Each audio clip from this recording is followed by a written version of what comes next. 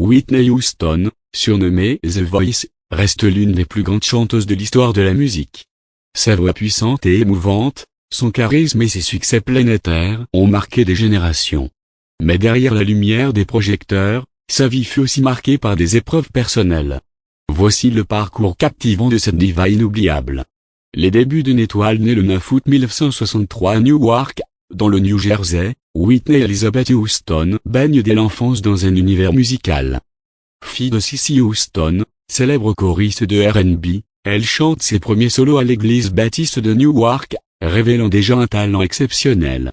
À l'adolescence, elle devient choriste pour des artistes comme Chaka Khan et Jermaine Jackson, tout en débutant une carrière de mannequin, apparaissant sur les couvertures de magazines prestigieux comme Glamour et Seventeen.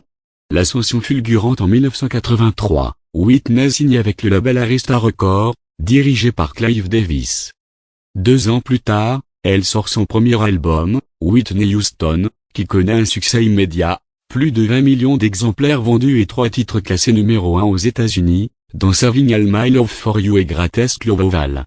Son deuxième album, Whitney, la propulse encore plus haut avec 4 nouveaux numéros 1 consécutifs, un record historique pour une artiste féminine.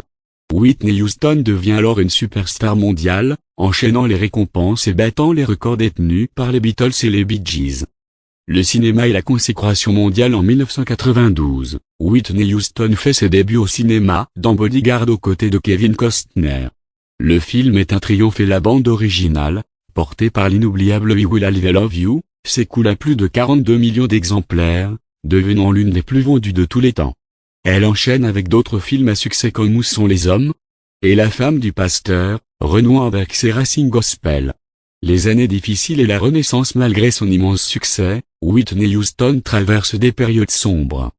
Son mariage avec le chanteur Bobby Brown est tumultueux, marqué par des excès et des problèmes de dépendance.